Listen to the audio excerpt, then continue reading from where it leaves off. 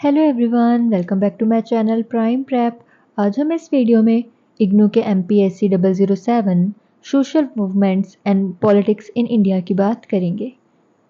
आपका time waste ना करते हुए हम अपने फर्स्ट क्वेश्चन पे आते हैं, जो कि है हमारा critically assess Indian social movements कि जो इंडियन सोशल मूवमेंट्स हुए थे तब उनकी क्या हमारे देश में क्या कंट्रीब्यूशन रहा, क्या उनकी अचीवमेंट्स रही और क्या क्या लिमिटेशंस इसमें हुई। ठीक है, इसमें हमें ये बताना है कि मतलब इस क्वेश्चन को हम काफ़ी पार्ट्स में डिवाइड कर देते हैं। सबसे पहले हम अपने इंट्रो में कर देते हैं, फिर सेकंड पार्ट हम इसमें बैकग्राउंड बताएंगे कि कॉलोनियल रूल के टाइम पर सोसाइटी कैसी थी, कौन सी इनइक्वालिटीज थी, कंट्रीब्यूशंस बताएंगे कि भाई क्या क्या कंट्रीब्यूशन था इस मूवमेंट में, इस मूवमेंट ने क्या अचीव किया, किस एरिया में इन्होंने इम्प्रूवमेंट की या चेंजेस लेकर आए।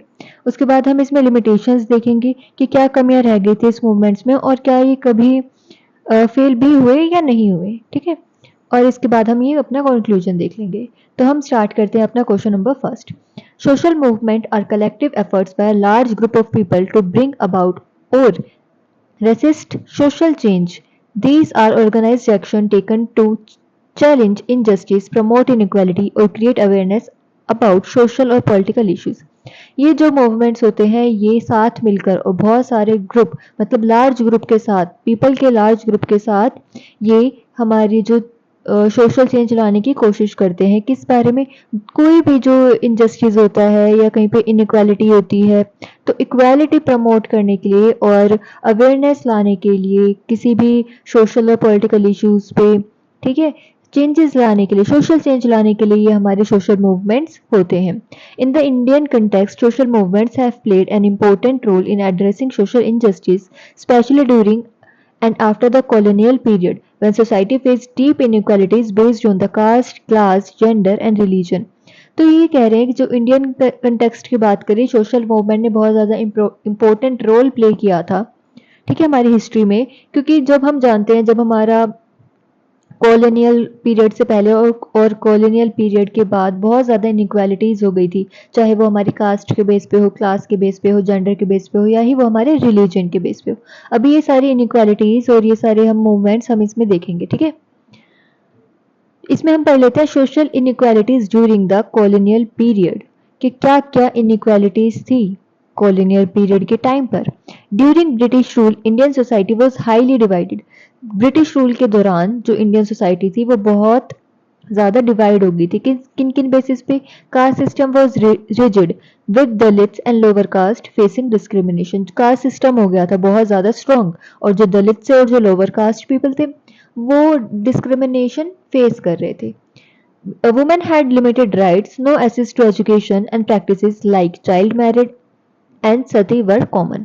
जो वुमेन थी उनके पास बहुत ही कम राइट्स थे, ठीक है, उनके पास कोई एजुकेशन राइट्स नहीं था।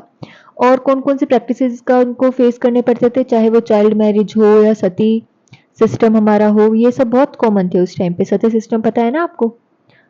फिर हमारा है third point, tribal communities were displaced and exploited under under colonial politics. जो ट्राइबल कम्युनिटीज थी वो भी डिस्प्लेस की जाती थी, चाहे फॉरेस्ट की पॉलिसीज बनाने के चक्कर में। फिर है हमारा economic inequalities grew due to British economic policies that favored landlords and industrialists. जो इकोनॉमिक inequalities भी बहुत ज़्यादा बढ़ गई थी क्योंकि जो ब्रिटिश क्या करते थे वो इकोनॉमिक पॉलिसीज बनाते थे, किसके फेवर में? लैंडलॉर्ड के फेवर में और जो रिच पीपल होते थे उनके फेवर में। जैसे कि हमने देखा भी है बहुत सारे उसमें उनकी पॉलिसीज में कि वो क्या करते थे, जो पीजेंट्स होते हैं, ठीक है, जो फार्मर्स होते हैं उन पे वो बहुत ज़्यादा हाई टैक्सेस लगाते थे, है ना। तो ये जो इनइक्वालिटीज, इकोनॉमिक इनइक्वालिटीज भी बहुत ज़्यादा बढ़ गई थी उस टाइम पे। In response social reforms and movements emerged. इन्हीं रीजंस की वजह से जो हमारे सोशल मूवमेंट्स है और सोशल रिफॉर्म्स है वो बहुत ज़्यादा बढ़ गई थी। ठीक है, means organized efforts of to improve or correct injustice in society often by changing outdated custom beliefs or laws. ये इसलिए हुए थे ताकि हम जो पुराने जो हमारे कस्टम्स है, बिलीव्स और लॉज है उसको हम चेंज कर पाए और हम अपनी सोसाइटी में इनजस्टिस को हटाकर क्या लेके आ पाए? जस्टिस ले आए, इक्वालिटी ले आए। उसके बाद है हमारे contribution of Indian social movement. क्या क्या कंट्रीब्यूशन रहा इन सोशल मूवमेंट्स का? सबसे पहले है हमारा दलित एंड एंटी कास्ट मूवमेंट, और ये किसने कराया था? हमारा बी आर अम्बेडकर जी ने कराया था काफी सारे लोगों के साथ मिलकर। इन मूवमेंट ने क्या किया? चैलेंज किया अनटचेबिलिटी को और डिमांड की कि हमें भी इक्वल राइट्स चाहिए, हम भी बाकी लोगों की तरह इक्वल ही हैं। और इन्होंने क्या किया? जो ओप्रेस्ड क्लासेस थी, जो लोअर क्लास थी, उनको उन्होंने क्या किया? एक रिप्रेजेंटेशन लाने की कोशिश की, ठीक है, उनको एक वजूद दिया एक तरीके से। सेकंड पॉइंट है फेमिनिस्ट मूवमेंट।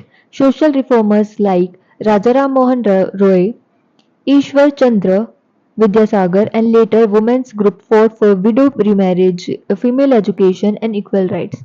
ये भी जो हमारे सोशल रिफॉर्मर्स थे, राजा राम मोहन रॉय हो गए, ईश्वर चंद्र विद्यासागर हो गए, और काफी सारे वुमेन ग्रुप्स भी थे जिन्होंने क्या किया? लड़ाई की किसके लिए? विडो रिमैरिज के लिए, कि हाँ वुमेन को दोबारा मैरिज करने के लिए, दोबारा शादी करने का भी राइट है, ठीक है, उसको अपनी दोबारा लाइफ स्टार्ट करने की भी राइट है, उसको फीमेल्स के पास एजुकेशनल राइट्स भी है, ठीक है, उसके पास इक्वल राइट्स है एज मैन। तो ये वाला हमारा फेमिनिस्ट मूवमेंट भी हुआ। थर्ड है हमारा tribal and peasant movement. Movements like Santhal rebellion and Narmada Bachao आंदोलन resisted exploitation and demanded land and livelihood rights. जो हमारे जो पीजेंट्स मूवमेंट हुए या ट्राइबल मूवमेंट हुए, जैसे कि हमारा नर्मदा बचाओ आंदोलन है, ठीक है, नर्मदा बचाओ आंदोलन में भी उन्होंने कहा था कि हम डैम नहीं बनाने देंगे। क्यों? क्योंकि वो जानते थे कि अगर वहां पे डैम बना तो वो हमारे जो इन्वायरमेंट है उसको बहुत ज्यादा डिग्रेड कर देगा, ठीक है, और वो क्या करेगा? जो वहाँ पे ट्राइबल्स रहते हैं, जो वहाँ पे लोग रहते हैं, उनको भी वहां से दूसरी जगह डिस्प्लेस होना पड़ेगा। फोर्थ है हमारा civil society and RTI movement. In recent time sometimes like Anna Hazare anti corruption movement and the right of information movement brought democratic reform. ये जो हमारे मूवमेंट हुए थे, जैसे कि anti corruption movement Anna Hazare ji ने किया था, और जो हमारा राइट टू इंफॉर्मेशन मूवमेंट था, इन्होंने क्या किया? बहुत ज्यादा डेमोक्रेटिक रिफॉर्म्स लाने की कोशिश की। उसके बाद आते हैं हम अपने लिमिटेशंस पे। Many movements remain issue based and scattered. Some lacked political engagement, limiting their long term impact. Urban led movement often fail to represent rural realities. बहुत सारे जो मूवमेंट हुए उनको पूरा इशू बेस्ड थे वो, ठीक है, वो सॉल्व नहीं हो पाए पूरी तरीके से, कहीं कहीं पे पॉलिटिकल एंगेजमेंट नहीं मिल पाई मूवमेंट को, कोई कोई जो मूवमेंट थे वो ज़्यादा लॉन्ग टर्म इम्पैक्ट नहीं पहुंचा पाए। तो ये सब क्या है? हमारे लिमिटेशंस है इन मूवमेंट की। उसके बाद हम लास्ट में कंक्लूजन ऐड कर सकते हैं अपने आंसर को एंड करने के लिए, कि social movements, Indian social movements have significantly contributed to social justice, equality and democratic development. However, to make a deeper impact, they must focus on unity, broader participation and strategic long term vision। जो Indian movement social movements हुए, उन्होंने हमारे social justice में बहुत ज़्यादा contribute किया, हमें हमारे इक्वालिटी लाने में बहुत हेल्प की, डेमोक्रेटिक डेवलपमेंट करने में बहुत हेल्प की, और उन्होंने लॉन्ग टर्म इम्पैक्ट के बारे में सोचा, ठीक है, लॉन्ग टर्म विजन था उनका कि हमारा जो फ्यूचर होगा, फ्यूचर को सोच के उन्होंने मूवमेंट्स करने की कोशिश की, ठीक है। यहीं पे हमारे फर्स्ट आंसर खत्म होता है। अब हम आते हैं अपने सेकंड क्वेश्चन पे, कि how has democracy impacted Indian society, कि डेमोक्रेसी ने कैसे इम्पैक्ट किया हमारी इंडियन सोसाइटी को। Democracy in India has played a significant role in shaping the country's social and political landscape। जो डेमोक्रेसी है उसने बहुत ही मेन रोल प्ले किया किसमें? हमारी कंट्री के सोशल और पॉलिटिकल थीम बनाने के लिए, ठीक है, उसको एक लैंडस्केप बनाने के लिए, उसको एक उसका एक स्ट्रक्चर बनाने के लिए। It is not just a system of governance but a catalyst for social transformation. ये सिर्फ हमारा गवर्नेंस का सिस्टम नहीं है, ये हमारा एक सोशल ट्रांसफॉर्मेशन भी है। By granting political rights and freedom for to all citizen, democracy has engaged participation from diverse group including marginalized communities, leading to more inclusive society। ये क्या करता है जो डेमोक्रेसी है, इसने हमारी हर एक ग्रुप को इंक्लूड किया, हर एक कास्ट को, ठीक है, मार्जिनलाइज्ड ग्रुप को, कम्युनिटीज को, और हमारे माइनॉरिटीज को, सबको इन्होंने इंक्लूड किया ताकि हमारी जो सोसाइटी है वो लीड कर पाए और वो बहुत अच्छे से चेंजेस ला पाए या ग्रो कर पाए। फिर है हमारा democracy and social transformation. Indian society has challenge traditional social hierarchies based on caste, gender and class. जो हमारी डेमोक्रेसी है उसने हमारी पुरानी जो हमारी हायरार्की चलती आ रही है, जो हमारे रिचुअल्स या हमारा जो ट्रेडिशन चलता आ रहा है, चाहे वो हमारी कास्ट के बेस पे हो, जेंडर हो, क्लास के बेस पे हो, उसे चैलेंज किया। ठीक है। The constitution guarantees fundamental rights such as equality before the law, freedom of speech and protection against discrimination. These rights have enabled social change by empowering groups historically excluded from power. हमारे constitution ने हमें क्या दिया? Fundamental rights दिए कि सभी लोग equal है ना। हमारे कॉन्स्टिट्यूशन ने हमें फंडामेंटल राइट्स दिए कि everyone is equal before the law, equality before the law. ठीक है। फ्रीडम ऑफ स्पीच है हमारे पास प्रोटेक्शन अगेंस्ट द डिस्क्रिमिनेशन, अगर हमारे साथ कोई डिस्क्रिमिनेट करता है तो हम उसके अगेंस्ट एक्शन भी ले सकते हैं। ये सारे राइट्स हमें किसने दिए? डेमोक्रेसी ने दिए। Democracy has encouraged the emergence of people's movement which reflect the aspirations of various social group। जो डेमोक्रेसी है उसने काफ़ी सारे पीपल के मूवमेंट को क्या किया? इमरजेंस किया, मतलब शुरू करने के लिए मजबूर किया, और बहुत सारे सोशल ग्रुप्स भी उससे क्या हुए? एस्पायर हुए, मतलब बहुत सारे सोशल ग्रुप्स भी बने जिसकी वजह से। यही जो मूवमेंट थी एक डेमोक्रेटिक टूल है, जैसे कि हमारे प्रोटेस्ट करने के लिए, हमारे पब्लिक डिबेट्स करने के लिए, है ना, रिफॉर्म करने के लिए। ये सब क्या है? हमारा एक टूल है। क्या चीज़? डेमोक्रेटिक टूल है हमारा डेमोक्रेसी। उसके बाद है हमारा people's movement as reflection of democracy and social change, कि पीपल के क्या क्या मूवमेंट थे डेमोक्रेसी में और सोशल चेंज में। फर्स्ट है हमारा दलित मूवमेंट, इंस्पायर्ड बाय लीडर्स, जैसे कि हमने अभी पढ़ा था कि B.R. अम्बेडकर जी ने बहुत ज़्यादा हमारे कास्ट डिस्क्रिमिनेशन और अनटचेबिलिटी पे अपना स्टैंड लिया, है ना, चेंजेस लाने की कोशिश की। उन्होंने डिमांड किया कि हमें सोशल जस्टिस चाहिए, हमारा भी पॉलिटिकल रिप्रेजेंटेशन होना चाहिए, हम भी इस कंट्री के ही पार्ट हैं, है ना। उसके बाद है हमारा वुमेन्स मूवमेंट। वुमेन्स मूवमेंट की भी हमने इसमें बात की कि जो वुमेन के पास कोई भी राइट नहीं थे, है ना, लेकिन इन मूवमेंट के दौरान उनको क्या मिले? राइट्स मिले। उन्हें राइट्स, उनके लिए कैंपेन किए गए, वुमेन राइट्स के लिए कैंपेन किए गए, उनकी एजुकेशन के लिए किए गए। उन्हें इक्वल पे मिलना चाहिए, चाहे वो कहीं भी काम कर रही है, कोई जॉब कर रही है, उनकी वेजेस इक्वल होनी चाहिए, है ना। ये सब चीज़ें इसमें थी। और उन्होंने क्या किया? रिफॉर्म्स लाए, जो हमारे देश में जो इश्यूज थे, चाहे वो हमारा डॉयरी सिस्टम हो, डोमेस्टिक वायलेंस हो, हमने सती सिस्टम भी पढ़ा है ना, इनमें क्या लाने की कोशिश की? चेंजेस लाने की कोशिश की। फिर है हमारा tribal movement. Movement such as the Narmada Bachao Andolan raised awareness about displacement in environmental protection reflecting grass root democratic activism. इन्हीं इसी वजह से जो हमारा था ट्राइबल मूवमेंट भी हुआ, चाहे उसमें हम नर्मदा बचाओ आंदोलन का एग्जाम्पल भी लिख सकते हैं, जिनमें हमने अवेयरनेस फैलाने की कोशिश की थी कि अगर हम ये डैम बनाते हैं, ठीक है, हमें अपनी रिवर को सबसे पहले सेव करना चाहिए, लेकिन अगर हम डैम बनाते हैं तो जो वहाँ की लोकल सिटीजन्स है, जो ट्राइबल पीपल है, उनको भी एक जगह से दूसरी जगह पे शिफ्ट होना पड़ेगा, है ना। तो ये हमारा डिस्प्लेसमेंट भी था ट्राइबल पीपल के लिए, और साथ ही हमारा इन्वायरमेंटल प्रोटेक्शन के लिए भी था। तो हम ये वाला पॉइंट पढ़ लेते हैं। एंटी करप्शन मूवमेंट 2011 में जो हुआ, a mass movement demanding clean governance and transparency showing active citizen participation in democratic politics. ये वाला जो मूवमेंट हुआ था, ये हमारा किस लिए था? कि हमें क्लीन गवर्नेंस चाहिए, कोई भी करप्शन नहीं होना चाहिए, ट्रांसपेरेंसी होनी चाहिए, है ना। ये करप्शन के खिलाफ मूवमेंट था। और इसमें क्या हुआ? जो हमारे इन्होंने इस मूवमेंट में जो सिटीजन थे, उन्होंने बहुत ही ज़्यादा एक्टिव पार्टिसिपेशन दिखाया था। उसके बाद हम इस आंसर को एंड करने के लिए यहाँ पे कंक्लूजन लिख सकते हैं, वो आप देख सकते हो अपने क्वेश्चन नंबर 3 पे, जो कि है हमारा एक्सप्लेन रिसोर्स मोबिलाइजेशन थ्योरी।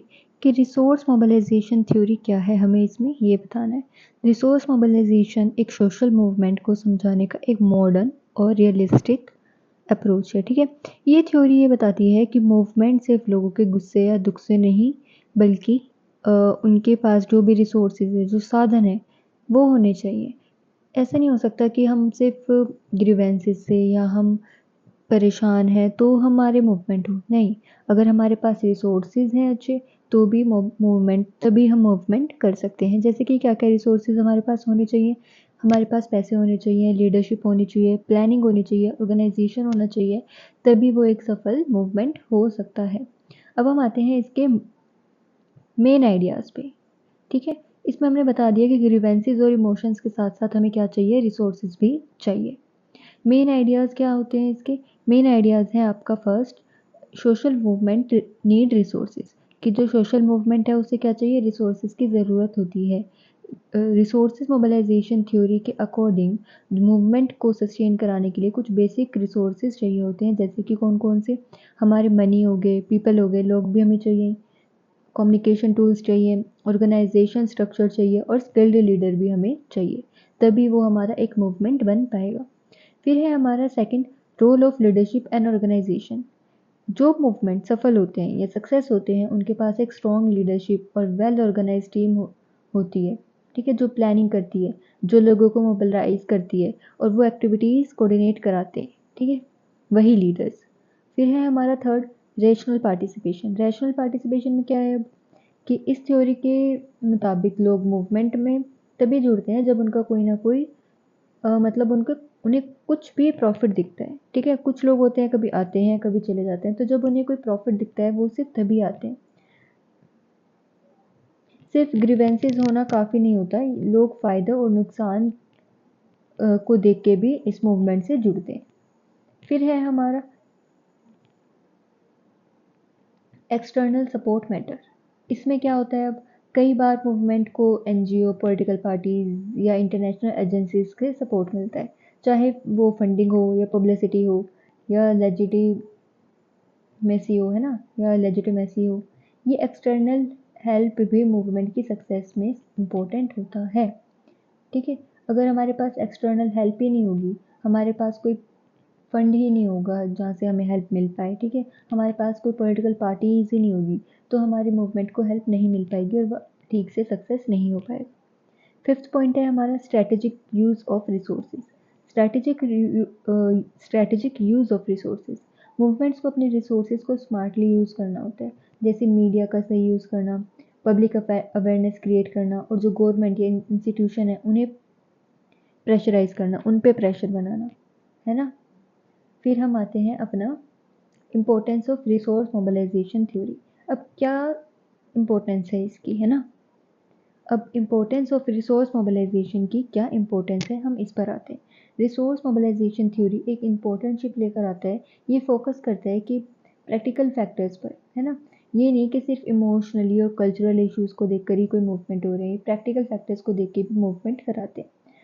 ये थ्योरी बताती है कि क्यों कुछ मूवमेंट सफल हो पाते हैं, सक्सेस हो पाते हैं, क्योंकि उनके पास क्या होता है, स्ट्रॉन्ग रिसोर्सेज होते हैं। और कोई कोई मूवमेंट होते हैं जो फेल हो जाते हैं क्योंकि उनके पास प्लानिंग या पैसे या फिर लोग नहीं होते, है ना। इस थ्योरी से हम रियल वर्ल्ड मूवमेंट का अच्छा एनालिसिस कर सकते हैं, चाहे वो हमारे इंडिया हो या फिर दुनिया में कोई भी देश हो। फिर हम आते हैं अपने Indian example, example from India, कि एक स्ट्रॉन्ग एग्जांपल है ये कि राइट टू इन्फॉर्मेशन, जो आरटीआई मूवमेंट हमारा था, मजदूर किसान शक्ति संगठन ने आरटीआई के लिए लोगों को ऑर्गेनाइज किया था, है ना, फंड रेज किए थे, मीडिया का यूज़ किया था और पॉलिटिकल सपोर्ट भी दिया था। इस स्ट्रक्चर एफर्ट्स की वजह से ही जो आरटीआई एक्ट पास हुआ था वो गवर्नेंस में ट्रांसपेरेंसी लाया, चेंज लाया, है ना। उसके बाद हम यहाँ पे कंक्लूजन ऐड कर सकते हैं अपना आंसर एंड करने के लिए। अब हम आते हैं अपने नेक्स्ट क्वेश्चन पे, how important are social reforms in the context. अब ये वाला जो क्वेश्चन है सोशल रिफॉर्म्स वाला, ये हमारा एकदम एज इट इज सेम है कौन से वाले क्वेश्चन से, हमारे क्वेश्चन नंबर 1 से, जो कि है हमारा critical assess Indian social movement. इसमें हमें बताना है इंडियन सोशल मूवमेंट के बारे में, और इसमें जैसे कि हमने इससे कंपेयर किया था कि पहले क्या सिचुएशन थी, ठीक है, क्या क्या लिमिटेशंस थी, कैसे इंडियन कंट्रीब्यूशन हुआ सोशल मूवमेंट का, है ना। वही चीज़ हमें इस वाले आंसर में भी बतानी है कि क्या क्या चेंजेस आए, क्या क्या रिफॉर्म्स आए इंडियन कंटेक्स्ट के थ्रू। इसमें हम बता देंगे कि social reformers refer to organized effort aimed at improving society by eliminating practicing that are unjust, discriminatory and outdated। कि जो सोशल रिफॉर्म है वो क्या होता है, वो एक एफर्ट होता है, वो एक इनिशिएट होता है कि हम सोसाइटी को कैसे इम्प्रूव कर सकते हैं, हम सोसाइटी से कैसे अनजस्ट चीज़ हटा सकते हैं, कैसे डिस्क्रिमिनेटरी चीज़ें हटा सकते हैं। और हम इंडियन कंटेक्स्ट की बात करें तो जो सोशल रिफॉर्म है वो बहुत ज़्यादा इम्पोर्टेंट है कॉलोनियल पीरियड का, जब इंडियन सोसाइटी ने बहुत ही ज़्यादा सोशल, कल्चरल और इकोनॉमिक इनइक्वालिटीज़ फेस की थी। इसमें हम वही वाले पॉइंट्स ऐड कर सकते हैं जो हमने social equalities during colonial period वाला पढ़ा था कि कास्ट डिस्क्रिमिनेशन था, वुमेन राइट्स वर डिनाइड थी, है ना, ट्राइबल पीपल वाला था, रिलीजियस एंड रीजनल डिवीजन्स हो गया था। ये सब चीज़ें हम इसमें ऐड करेंगे और साथ में हम इसका रोल भी बता देंगे। हम रोल और इम्पोर्टेंट सोशल रिफॉर्म के वही लिख सकते हैं जो हमने इस वाले आंसर में लिखा था, पहले वाले आंसर में, कि चैलेंजेस टू ट्रेडिशनल इंजस्टिस से राजा राम मोहन रॉय वाला जो हमने पॉइंट देखा, वुमेन एम्पावरमेंट की ज़रूरत थी, फिर एजुकेशनल एंड अवेयरनेस हुआ उसकी वजह से, फाउंडेशनल डेमोक्रेटिक इंडिया बना, linked with freedom struggle, many reform movement worked along और with in the nationalist movement recognizing that social freedom was an important political freedom. उसके बाद हम इस आंसर को एंड कर देंगे अपने कंक्लूजन के साथ। अब हम आते हैं अपने क्वेश्चन नंबर 5 पे, जो कि है हमारा right short note on gender issues in Indian society. कौन कौन से जेंडर इश्यूज हैं हमारे पूरी इंडियन सोसाइटी में? तो gender issues in Indian society refer to the unequal treatment, opportunities and status experienced by individuals based on their gender, especially women and other marginalized gender identities। ये कह रहे हैं कि जो सोशल जेंडर इश्यूज़ है हमारी इंडियन सोसाइटी में, वो क्या होता है, वो एक अनइक्वल ट्रीटमेंट होता है, चाहे वो हमारी अपॉर्चुनिटीज़ में हो, चाहे हमारे स्टेटस में हो, और किसके बेस्ड पे होता है, वो जेंडर के बेस्ड पे होता है। स्पेशली जो वुमेन है वो ये फेस करती हैं, और जो हमारे अदर मार्जिनलाइज्ड जेंडर आइडेंटिटीज़ है वो भी फेस करती है। ये इश्यूज़ क्या होते हैं, ये रूटेड होते हुए आ रहे हैं। और क्यों? क्योंकि जो मेन है, हम पहली सोसाइटी में देखते हैं, हमारे पैट्रियार्कल सोसाइटी में भी देखते हैं, स्ट्रक्चर में भी देखते हैं कि जो मेन है वो एक डोमिनेंट पावर होल्ड करके रखते हैं, उनके पास ही सारे डिसीजन मेकिंग अथॉरिटी होती है, चाहे वो हम पब्लिक स्पेयर में देख लें या फिर वो हम अपने प्राइवेट स्पेयर्स में देख लें। तो अब की जेंडर इश्यूज़ क्या है इंडिया में? सबसे पहले हमारा discrimination in education in and empowerment. Although women literacy and empowerment in education have improved, many girls still drop out due to the early marriage, safety concerns और family pressure। अभी ऐसा हुआ है कि जो वुमेन लिटरेसी है और जो इनरोलमेंट है एजुकेशन में उनकी, वो कहीं ना कहीं इम्प्रूव हुए हैं, लेकिन अभी भी बहुत ज़्यादा जो गर्ल्स हैं वो ड्रॉप आउट कर देती हैं। किस रीज़न से? या तो उनकी शादी जल्दी करा दी जाती है, या फिर उनके सेफ्टी कंसर्न्स होते हैं, या फिर फैमिली प्रेशर की वजह से वो क्या करती हैं, ड्रॉप आउट कर देती है। In employment, women face unequal wages, limited opportunities and underrepresentation in leadership roles। क्या होता है कि जो वुमेन है उनको बहुत ज़्यादा अनइक्वल वेजेस दिए जाते हैं, उनको एम्प्लॉयमेंट में चैलेंजेस देखने को मिलते हैं, उन्हें बहुत लिमिटेड अपॉर्चुनिटीज़ दी जाती है, उन्हें लीडरशिप रोल्स नहीं दिए जाते। ये सारे क्या है, ये एक हमारा discrimination in education and employment में एक इशू है। किसमें? इंडिया में। किस बेस पे? Gender issues. सेकंड है हमारा gender based violence. Women are often subjected to domestic violence, sexual harassment, dowry related abuse, and honor killing. Many incidents go unreported due to the social stigma, fear, और lack of trust in legal system। जो gender पे जो violence होता है, जैसे कि हम देखते हैं कि वुमेन पे बहुत ज़्यादा वायलेंस करते हैं, चाहे वो डोमेस्टिक वायलेंस हो, सेक्सुअल हरासमेंट हो, डॉरी रिलेटेड अब्यूज़ हो, है ना, ये सब हमने चीज़ें देखी हैं। तो ये क्या होता है, ये जो इंसिडेंट है ये बहुत ज़्यादा सोशल स्टिग्मा पैदा कर देता है, बहुत ज़्यादा डर पैदा कर देता है, ट्रस्ट नहीं हो पाता। ठीक है, ये सब क्या है, ये हमारा एक इंडिया में इशू है, जेंडर रिलेटेड इशू। उसके बाद है हमारा low political representation. Women remain under represented in politics and governance despite the 33% reservation for women in local bodies panchayati raj, their presence in higher political offices remain limited। ये कह रहे हैं कि politics में भी जो वुमेन है उनको बहुत ही अंडर रिप्रेजेंटेटिव रखा जाता है, उन्हें ज़्यादा चांस नहीं दिया जाता। फोर्थ है हमारा health and nutrition issues. Female children and women often suffer from malnutrition, lack of health care access and high maternal morality specially in rural and poor communities. क्या होता है कि जो फीमेल है उनको बहुत ज़्यादा माल न्यूट्रिशन की कमी हो जाती है, उन्हें हेल्थ केयर ठीक से नहीं मिल पाता। ठीक है, और ये ज़्यादातर कंडीशंस हमें कहाँ देखने को मिलती है, रूरल और पुअर कम्युनिटीज़ में देखने को मिलती है। उसके बाद है हमारा fifth point, social practices and son preference. Practices like dowry, early marriage, and son preference continue to reinforce gender inequality. Female feticide and skewed sex roles reflection from this problem. Female foeticide क्या होता है कि जो जो जो practices होते हैं, चाहे वो डॉरी हो गया, अर्ली मैरिज हो गया, सन प्रेफरेंसेस हो गया, ये चलती आ रही है और ये क्या बढ़ा रही है, हमारी जेंडर इनइक्वालिटी को बहुत ज़्यादा बढ़ा रही है, फीमेल फेटिसाइड को बढ़ा रही है कि बेबी गर्ल होने से पहले ही उसको मम्मा के वॉम में मार दिया जाता है ना। ये सब चीज़ें हमें देखने को बहुत ज़्यादा मिलती है। उसके बाद क्या क्या एफर्ट्स किए गए ये इन सारे इश्यूज से रिलेटेड।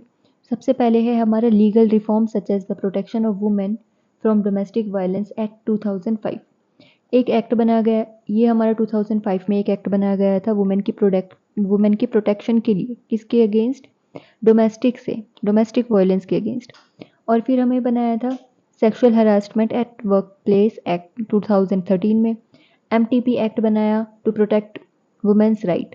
ये सारे एक्ट किसके लिए बनाए? वुमेन के फेवर में बनाए गए। गवर्नमेंट स्कीम्स लाइक बेटी Bachao Beti Padhao, Ujala and one stop centres promote welfare and safety. ये जो हमारी सारी स्कीम्स है ये क्या करती है? वेलफेयर और सेफ्टी देती है किसको? फीमेल को। Social movement and women rights campaigns have played a vital role in raising awareness and demanding justice. जो भी हमारे सोशल मूवमेंट होते हैं या वुमेन के राइट्स के लिए कैंपेन्स किए जाते हैं वो बहुत ज़्यादा इंपॉर्टेंट रोल प्ले करते हैं किसमें? अवेयरनेस बढ़ाने के लिए और जस्टिस की डिमांड करने के लिए। यहाँ पे आप लास्ट में इस आंसर को कंप्लीट करने के लिए ये वाला छोटा सा आप कंक्लूजन ऐड कर सकते हो। चलिए अब हम आते हैं अपने क्वेश्चन नंबर 6 में, जो कि है हमारा how has globalisation impacted developing countries. तो इस क्वेश्चन का मतलब है कि हम ग्लोबलाइजेशन होता क्या है, ठीक है। सबसे पहले तो हम ये बताएंगे, उसके बाद हम ये बताएंगे कि ग्लोबलाइजेशन का डेवलपिंग कंट्रीज पर क्या असर पड़ा, ठीक है। हमें ये बताना है कि कैसे डेवलपिंग कंट्रीज पर उसने इम्पैक्ट दिया। किसने? ग्लोबलाइजेशन ने। तो ग्लोबलाइजेशन का मतलब है कि दुनिया को आपस में जुड़ना, इंटरकनेक्टेडनेस टू द वर्ल्ड। किसके थ्रू? ट्रेड के थ्रू, कम्युनिकेशन के थ्रू, कल्चर के थ्रू और टेक्नोलॉजी के थ्रू। ये डेवलपिंग कंट्रीज के लिए एक तरफ अपॉर्चुनिटीज तो लेकर ही आता है, साथ ही साथ ये उसे क्या करता है? चैलेंजेस भी उसके लिए लेकर आता है। इसके अब हम पहले पॉजिटिव इम्पैक्ट देखते हैं। फर्स्ट है हमारा economic growth and foreign investment, कि ग्लोबलाइजेशन इन डेवलपिंग कंट्रीज में फॉरेन डायरेक्ट इन्वेस्टमेंट एफडीआई को बढ़ावा दिया है, लेकिन साथ ही साथ इससे इंडस्ट्रीज, इंफ्रास्ट्रक्चर और नए जॉब्स भी क्रिएट हुए हैं, खासकर हमारे आईटी, मैन्युफैक्चरिंग वाले और सर्विस सेक्टर्स में भी बहुत सारी जॉब्स हमें क्रिएट करके दिए हैं। उसके बाद है हमारा second technology transfer and innovation. Multinational companies के थ्रू जो डेवलपिंग कंट्रीज को नए टेक्नोलॉजी और मॉडर्न प्रोडक्शन मेथड्स तक एक्सेस मिला है। उसके बाद हमारा job creation and export growth.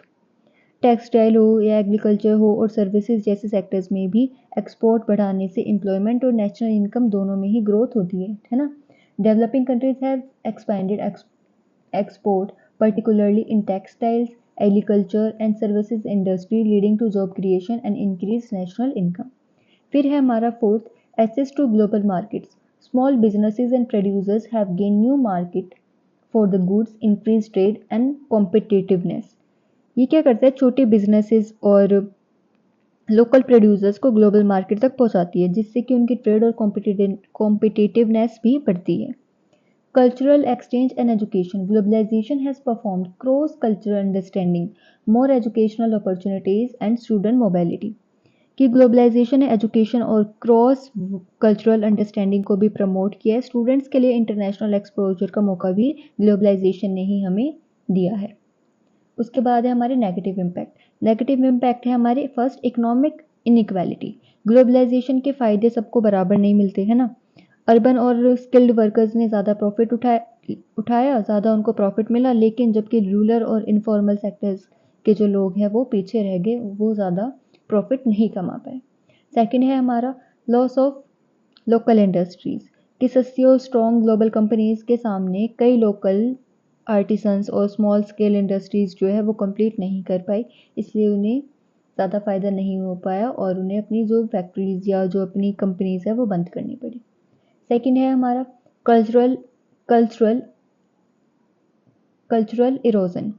Cultural erosion western lifestyle हो या फैशन हो और मीडिया के चलते कोई जगह पर लोकल ट्रेडिशन, लैंग्वेज और वैल्यूज़ कमज़ोर पड़ जाते हैं ना। जैसे कि वेस्टर्न लाइफस्टाइल हो, किसी का मीडिया हो, कंज्यूमरिज्म हो, often replace weaken local tradition, languages and values.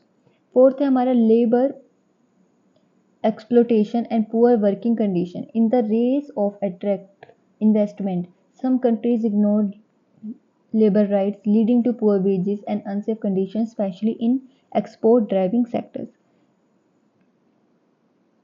कि इन्वेस्टमेंट अट्रैक्ट करने के चक्कर में कि डेवलपिंग कंट्रीज लेबर राइट्स को इग्नोर कर देती है, जिससे लो वेजेस और अनसेफ वर्क कंडीशंस बनते हैं।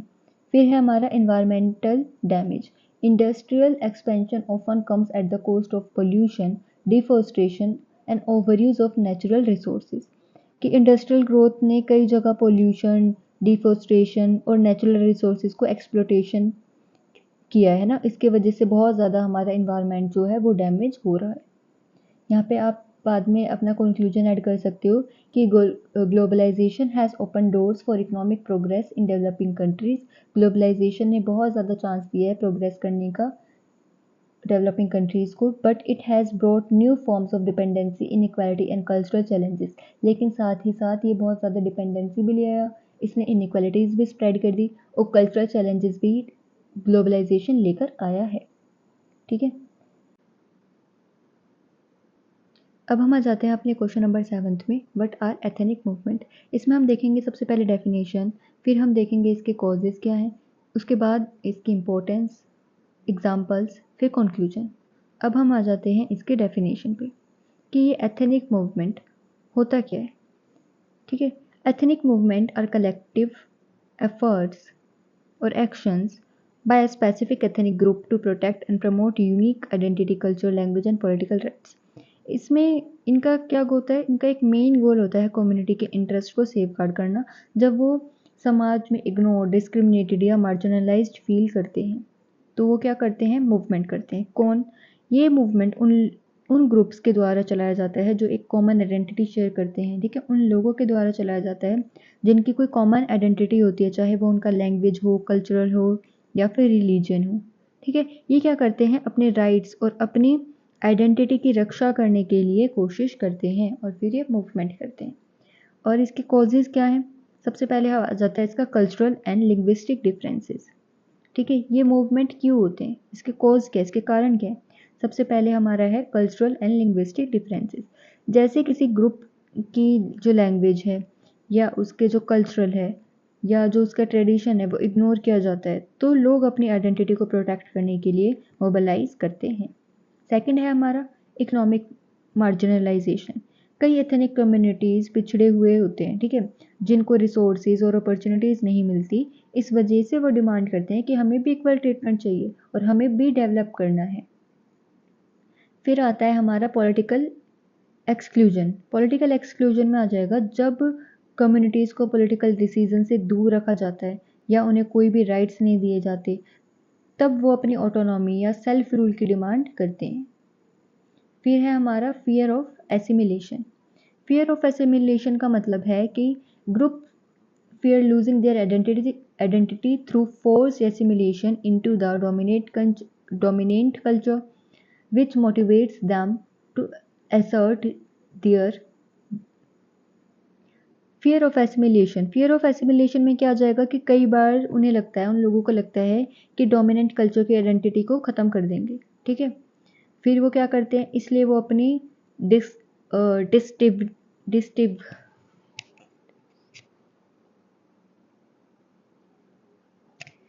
फियर ऑफ एसिमिलेशन, कई बार लोगों को लगता है कि डोमिनेंट कल्चरल उनकी आइडेंटिटी को ख़त्म कर देंगे, इसलिए वो क्या करते हैं, वो अपने ही, उन्हें डर लगता है और वो अपनी डिस्टिंक्टिवनेस को असर्ट करते हैं, मतलब लाते हैं। उसके बाद है हमारा इम्पोर्टेंस ऑफ एथनिक मूवमेंट, कि क्यों ज़रूरी है हमारे एथनिक मूवमेंट। सबसे पहले हमारा प्रिजर्वेशन ऑफ कल्चरल आइडेंटिटी। ये मूवमेंट हेल्प करते हैं कि लैंग्वेज, धर्म मतलब रिलीजन और ट्रेडिशंस को प्रोटेक्ट करे या फिर प्रिजर्व करके रखे। उसके बाद है हमारा पॉलिटिकल एम्पावरमेंट। पॉलिटिकल एम्पावरमेंट में आएगा कि मार्जिनलाइज्ड ग्रुप को जो पॉलिटिकल राइट्स और ऑटोनॉमी मिलती है, जैसे कि लोग राज्य या सेल्फ गवर्नेंस की डिमांड करें। जैसे कि this movement led to demand for political rights, वो लोग क्या करते हैं, पॉलिटिकल राइट्स की डिमांड करते हैं, ऑटोनॉमी की डिमांड करते हैं, यहाँ तक कि अपने एक अलग स्टेट की डिमांड भी कर लेते हैं। तो क्या करते हैं, ये क्या करता है, हमारी ये एथनिक मूवमेंट हेल्प करता है उन ग्रुप्स को कंट्रोल करने में और उनकी प्रॉब्लम को सॉल्व करने में। फिर है हमारा सोशल जस्टिस। ये मूवमेंट्स इनइक्वालिटी और डिस्क्रिमिनेशन को हाईलाइट करता है, जिससे कि गवर्नमेंट पर प्रेशर पड़ता है और वो एक्शन लेते हैं। उसके बाद है हमारा चैलेंजेस टू नेशनल यूनिटी।